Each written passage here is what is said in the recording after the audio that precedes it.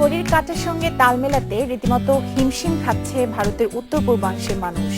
এই মৌসুমে ভারতীয় ঘড়ির কাঁটা ভোর 4:15 স্পর্শ করতেই আসাম নাগাল্যান্ডের আকাশে উঁকি দেয় সূর্য। ফলে বেড়েছে কর্মঘণ্টা, সেই সঙ্গে নানান খরচ।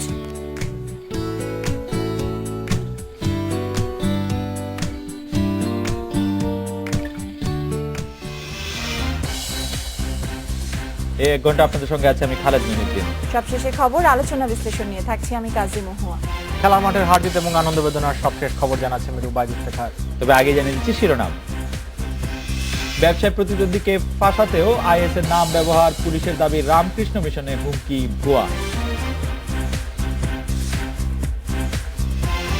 পঞ্চম শ্রেণীর সমাপনী পরীক্ষা বাতিল হচ্ছে এবছরেই, বাকি কেবল মন্ত্রিসভায় অনুমোদন।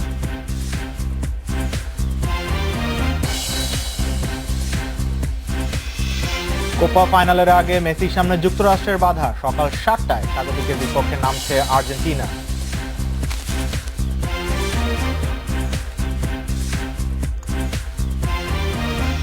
রাত 9টায় আজ মতামত পাঠানোর বিষয় পঞ্চমের সমাপনী পরীক্ষা থাকছে না। মতামত পাঠাতে পারেন এসএমএস অথবা ফেসবুকে। আপনাদের মতামত জানিয়ে দিচ্ছি সংবাদের পরের অংশে। আইএসের নামে ভুয়া চিঠি দিয়ে হুমকি দেওয়া হয়েছে ঢাকার রামকৃষ্ণ মিশনে। হুমকিদাতা হিসেবে একজন ব্যবসায়ীর নাম ব্যবহার করা হয়েছে। তাকে আটক করে জিজ্ঞাসাবাদের পর পুলিশ নিশ্চিত হয়েছে ব্যবসায়িক বিরোধ থেকেই তার নাম ব্যবহার করে কর্তৃপক্ষ। 15 জুন বুধবার বেলা 12:37 মোটরসাইকেলে এক ব্যক্তি আসেন রামকৃষ্ণ মিশনে। মিশনের অফিসের সামনে রাখা চিঠির বাক্সে একটি চিঠি ফেলে 10 মিনিট পর বেরিয়ে যান তিনি। এই চিঠিতেই প্রধান ধর্মগুরুকে কুপিয়ে হত্যা ও রামকৃষ্ণ মিশন ধ্বংসের হুমকি দেয়া হয়।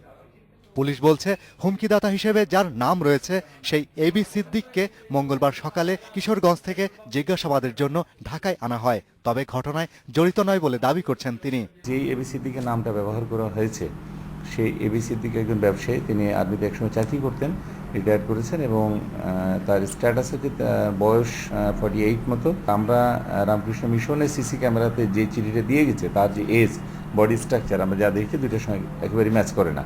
এবি সিদ্দিক কিশোরগঞ্জে একটি তেলের পাম্প ও মাছের ব্যবসা করেন। তার দাবি, এলাকায় ব্যবসায়িক প্রতিদ্বন্দ্বীরা পরিকল্পিতভাবে কয়েক বছর ধরে তার বিরুদ্ধে বিভিন্ন অভিযোগ পুলিশের কাছে দিচ্ছে। এরকম আমার নামে আগেও চিঠি আসছিল, আমাকে ব্যবসায়িক এবং আমার ফ্যামিলি বদনাম করার জন্য এইসব চিঠি আসে। হাতে লেখা চিঠির সঙ্গে আইএসের কোনো সম্পর্ক নেই বলে প্রাথমিকভাবে নিশ্চিত হওয়ার দাবি করেছে পুলিশ। এখানে যে প্যাডটা ব্যবহার করে হয়েছে আপনারা দেখেছেন যে এটা কিন্তু সুস্পষ্টভাবে কিন্তু একটা প্যাড না, এটা কম্পিউটারে করা, উপরে একটা হেডলাইন দিয়েছে মাত্র। অতএব আইএস এর প্যাড, এটা যে এটাকে মানে এই লেখাটা দেখে যেটা আইএস এর প্যাড এটা বলাও কিন্তু খুবই কঠিন। শিগগিরই প্রকৃত অপরাধী ধরা পড়বে বলে আশা করছে পুলিশ। রামকৃষ্ণ মিশনে বাড়ানো হয়েছে আইনশৃঙ্খলা বাহিনীর নজরদারি। Shahriar Anirban, independent news, Dhaka. প্রকাশনা সংস্থা শুদ্ধস্বরের স্বত্বাধিকারী টুটুল হত্যা চেষ্টা মামলায় গ্রেপ্তার শিহাব আদালতে স্বীকারোক্তিমূলক জবানবন্দি দিয়েছেন। গোয়েন্দা পুলিশের উপকমিশনার মাশরুকুর রহমান খালেদ জানান, সিএমএম আদালতে দেয়া জবানবন্দিতে ঘটনায় জড়িত থাকার কথা স্বীকার করেছেন শিহাব সহ 2 জন সরাসরি টুটুলের উপর হামলা চালান। এছাড়া পুরো ঘটনায় 5 জনের অংশগ্রহণ ছিল। জবানবন্দিতে সাগর ও সেলিম নামে আরো 2 জনের তথ্য দিয়েছেন শিহাব। হামলায় তারা প্রশিক্ষণ নেন টঙ্গীতে। এদিকে সরকার যখন গুপ্ত হত্যা বন্ধে কঠোর অবস্থানে, বিএনপি চেয়ারপারসন বেগম খালেদা জিয়া তখন খুনিদের বাঁচানোর চেষ্টা করেছেন বলে অভিযোগ করছেন আওয়ামী লীগ নেতা মাহবুবুল আলম হানিফ। ঢাকা মহানগর উত্তর ও দক্ষিণ আওয়ামী লীগের বর্ধিত সভায় তিনি এই অভিযোগ করেন। হানিফ বলেন, ইফতার পার্টির নামে খালেদা জিয়া মিথ্যাচার করে যাচ্ছেন। বিএনপি জামাতের মদদেই গুপ্ত হত্যা চলছে বলে দাবি করে হানিফ বলেন, এসব করে দেশের উন্নয়ন ঠেকিয়ে রাখা যাবে না। গুপ্ত হত্যাকারীদের রক্ষার চেষ্টা না করতে খালেদা জিয়ার প্রতি আহ্বান জানান হানিফ। তিনি বলেন, যেভাবে বিএনপি জামাতের পেট্রোল বোমা বন্ধ করা হয়েছে সেভাবে গুপ্ত হত্যাও বন্ধ করা হবে।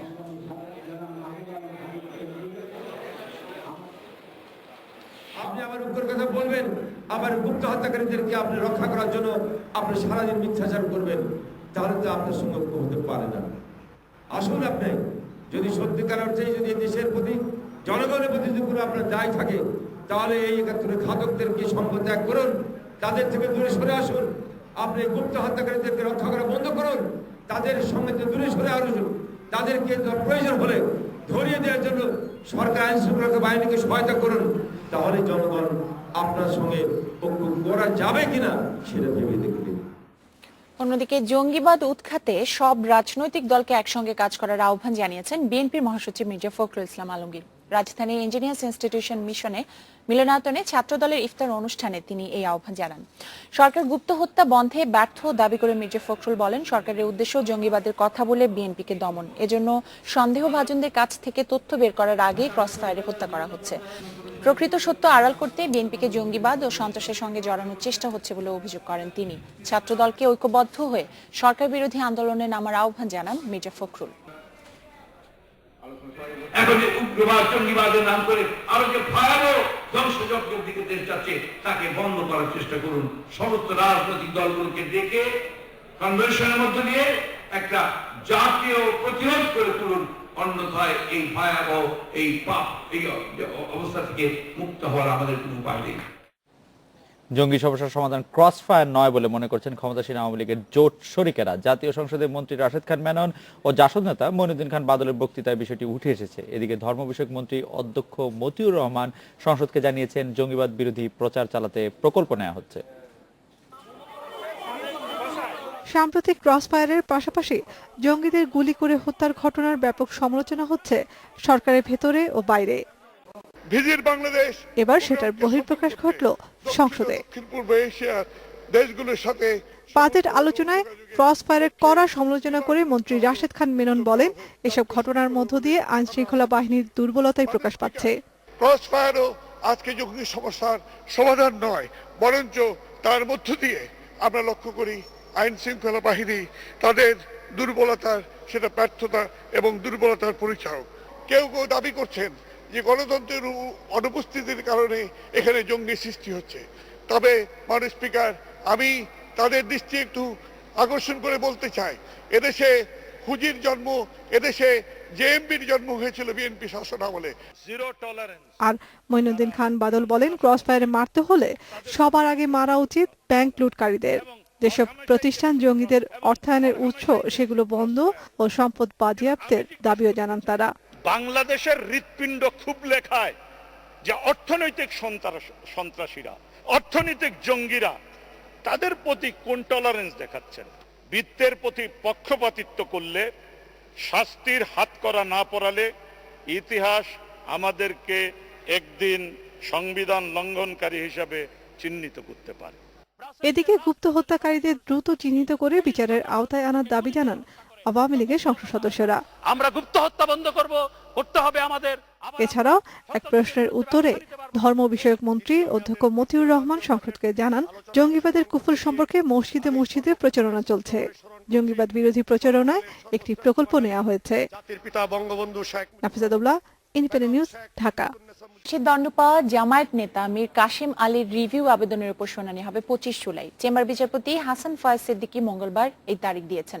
এই আবেদনের উপর দ্রুত শুনানি করতে দুপুরে চেম্বার জজের কাছে আবেদন করে রাষ্ট্রপক্ষ। এর আগে রোববার আপিল বিভাগে ফাঁসির রায় পুনর্বিবেচনা চেয়ে আবেদন করেন মীর কাশেম আলী। 14টি যুক্তি দেখিয়ে বেকসুর খালাস চেয়েছেন তিনি।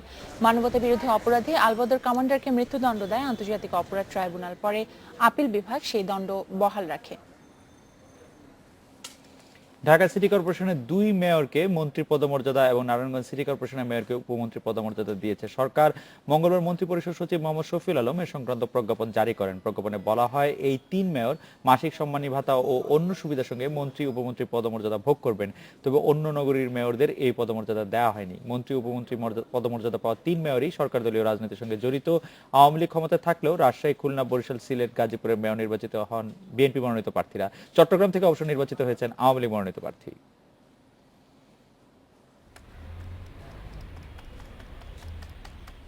এবার একটি বিরতি নিচ্ছি।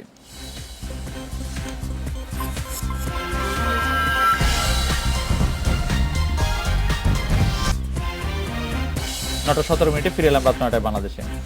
পঞ্চম শ্রেণী শেষে শিক্ষার্থীদের আর বসতে হবে না সমাপনী পরীক্ষায়। শিক্ষানীতির বাস্তবায়নে এই সিদ্ধান্ত নেওয়ার কথা জানিয়েছেন প্রাথমিক ও গণশিক্ষা মন্ত্রী। তবে পঞ্চম শ্রেণীর মেধাবৃত্তি বিষয়ে সিদ্ধান্ত পরে নেওয়া হবে বলেও জানান মন্ত্রী।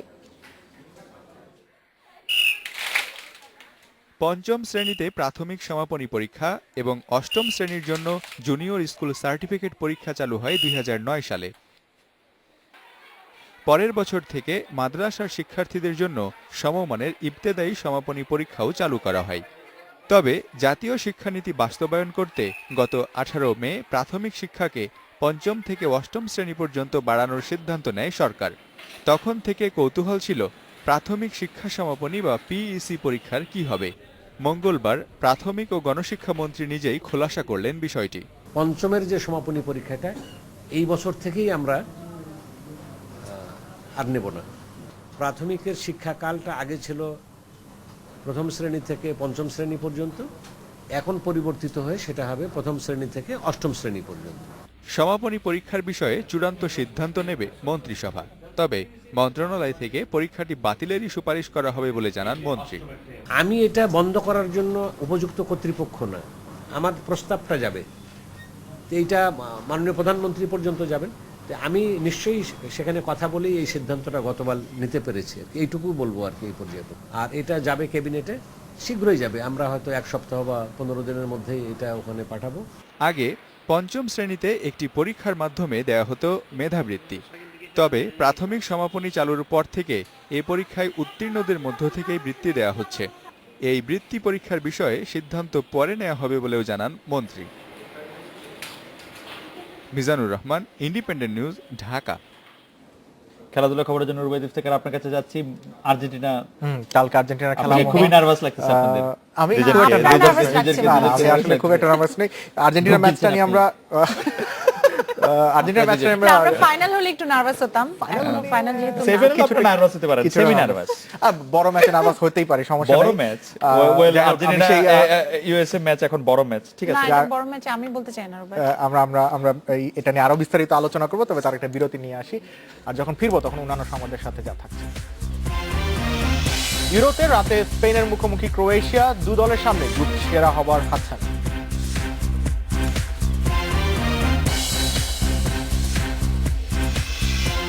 হকি প্রিমিয়ার ডিভিশন লিগে মোহামেডানকে 4-2 গোলে হারিয়েছে আবাহনী। টেবিলের 3-এ ধানমন্ডির জায়ান্ট।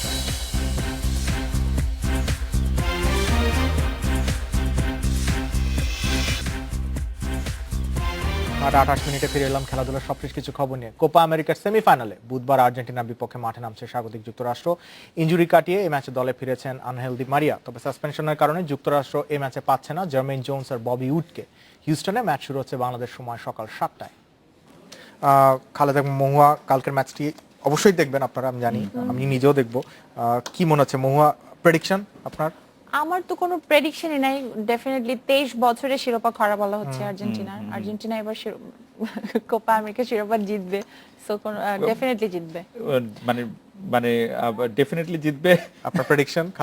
আমার প্রেডিকশন সেরকম না, মানে না জিতলে তো অবশ্যই আপসেট, কিন্তু আমার কাছে মনে হচ্ছে যে যেহেতু ইউনাইটেড স্টেটস অফ আমেরিকারা ওদের হারানোর কিছু নাই, আর্জেন্টিনার সবচেয়ে বড় ভয়ের জায়গাটা হচ্ছে ওদের সাথে যদি ওরা নেগেটিভ ফুটবল খেলে।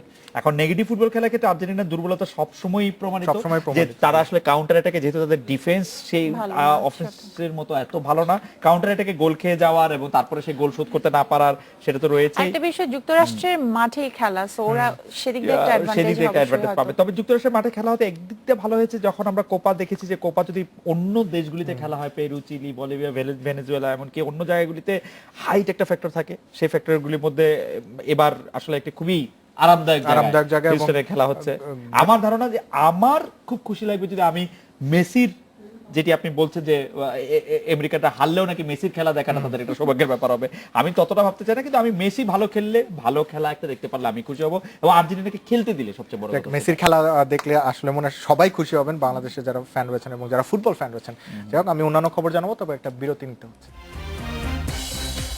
এদিকে প্রিমিয়ার ডিভিশন হকি লিগে চিরপ্রতিদ্বন্দ্বী আবাহনীর কাছে হেরে শিরোপার রেস থেকে ছিটকে গিয়েছে ঢাকা মোহামেডান। মঙ্গলবার সুপার 6-এর ম্যাচে মোহামেডানকে 4-2 গোলে হারিয়েছে আবাহনী। একের পর এক গোল মিস, দুর্বল রক্ষণ ভাগ, তারই খেসারত দিতে হলো মোহামেডানকে। পুরো ম্যাচে ভালো খেলেও হারতে হয়েছে জিমি জাহিদের। ম্যাচের 20 মিনিটে প্রথম পেনাল্টি কর্নার আবাহনীর, গোল করেন কাশিফ আলী। একটু পর ব্যবধান দ্বিগুণ করেন রাজীব দাস। 2-0 গোলে শেষ হয় প্রথমার্ধ। বিরতির পর ম্যাচে ফেরার ইঙ্গিত সাদা কালোদের। সালমান হোসেনের ক্রসে স্কোরশিটে নাম লেখান জিমি। ম্যাচের 47 মিনিটে কাউন্টার অ্যাটাক থেকে শাফকাত রাসুলের গোল, আবারও চালকের আসনে আবাহনী। 62 মিনিটে আবাহনী ডিফেন্ডার বিপ্লবের ভুলে পেনাল্টি পেয়ে যায় মোহামেডান। মোহাম্মদ ইমরানের পেনাল্টি স্ট্রোকে আবারও ম্যাচে ফেরার ইঙ্গিত। তবে ডিফেন্স সামলাতে পারেনি মোহামেডান। 65 মিনিটে আবাহনীর হয়ে 4 নম্বর ও ম্যাচে নিজের দ্বিতীয় গোল করেন রাজীব। এ জয়ে টেবিলে তৃতীয় স্থানে উঠে এসেছে আবাহনী। 12 ম্যাচে সংগ্রহ 29 পয়েন্ট। সমান ম্যাচে মোহামেডানের সংগ্রহ 26। Saiful Majumdar, independent news, Dhaka. এই ছিল আমার কাছে খেলাধুলার সবশেষ আপডেট। অন্যান্য কিছু খবর জানাচ্ছেন খালেদ এবং মহুয়া।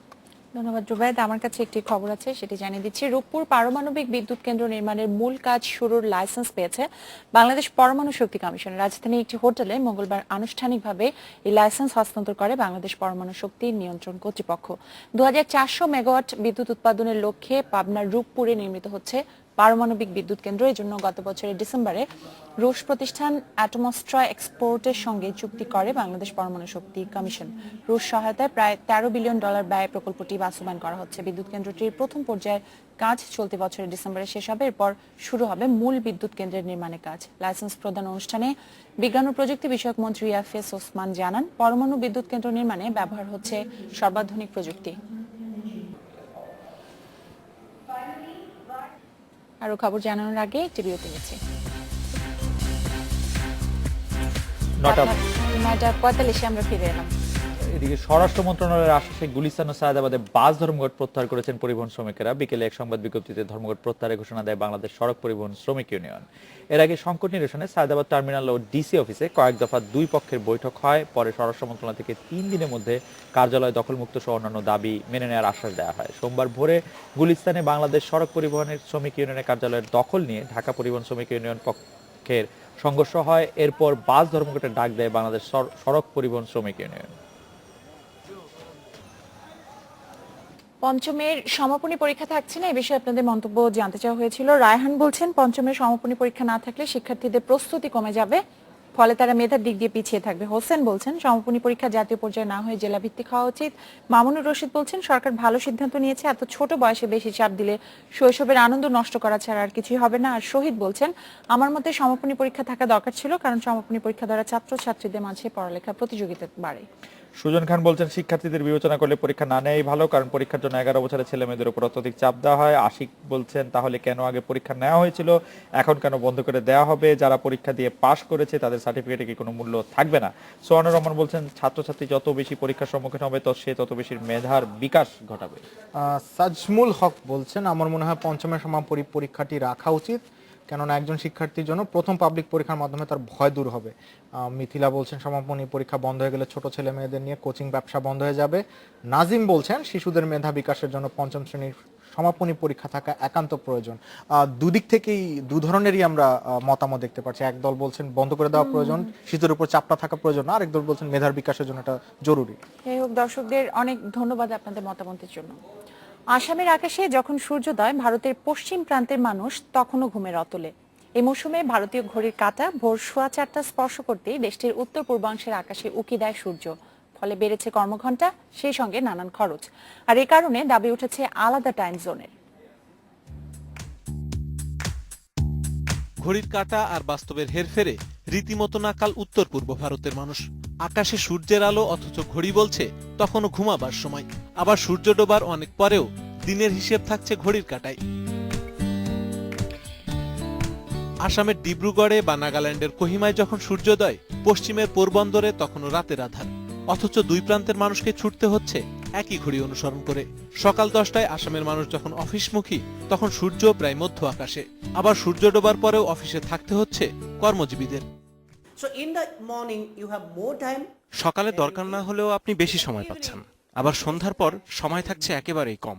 এর ফলে সম্পদের যেমন অপচয় হচ্ছে, তেমনি মানব সম্পদও ঠিকভাবে কাজে লাগানো যাচ্ছে না। ঘড়ির সময় নিয়ে রীতিমতো বিরক্ত উত্তর পূর্ব ভারতবাসী চান তাদের ঘড়ি চলুক ঢাকাকে অনুসরণ করে। নিজেদের জন্য আলাদা টাইম জোনের পুরনো দাবি আবার নতুন করে সামনে এনেছেন আসামে বিজেপি সরকারের নতুন মন্ত্রী হিমন্ত বিশ্ব শর্মা। উত্তর পূর্ব অঞ্চলে আলাদা টাইম জোন করতে কেন্দ্রীয় সরকারের অনুমতি চেয়েছি, কারণ প্রচলিত ঘড়ির কাঁটায় অর্থনৈতিক অপচয় হচ্ছে। আমরা আগে থেকেই দিনের কাজ শুরু করতে পারি, কিন্তু একই ঘড়ির কারণে কর্মঘণ্টা, বিদ্যুৎ, জ্বালানি সবকিছুর অপচয় হচ্ছে। তবে আলাদা টাইম জোনের বিপক্ষেও আছেন কেউ কেউ। তাদের আশঙ্কা এটা চালু হলে উত্তর পূর্বাঞ্চল বাকি দেশ থেকে আরো বিচ্ছিন্ন হয়ে যেতে পারে।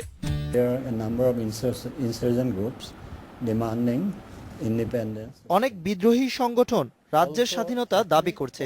এই অঞ্চলের মানুষেরা জাতিগতভাবেও ভারতের মূল ভূখণ্ড থেকে স্বতন্ত্র। এর সাথে আলাদা সময় যোগ হলে পার্থক্য আরো বাড়তে পারে, চাঙ্গা হতে পারে বিদ্রোহ। তবে দিন দিন দুর্বল হচ্ছে একক টাইম জোনের যুক্তি। ভারতের উত্তর পূর্বাংশের মানুষ দিচ্ছে যুক্তরাষ্ট্র বা চীনের মতো দেশের উদাহরণ, যেখানে চালু আছে একাধিক টাইম জোন। কাজী আশিক রহমান, ইন্ডিপেন্ডেন্ট নিউজ। এই ছিল রাত 9টায় বাংলাদেশ আয়োজনে। শেষ করব অস্ট্রেলিয়ায় বিশেষ কায়দায় যোগা দিবস পালনের কিছু ছবি দেখে। তার আগে আমরা বিদায় নিচ্ছি। আমাদের পরবর্তী অনুষ্ঠানের শুভরাত্রি।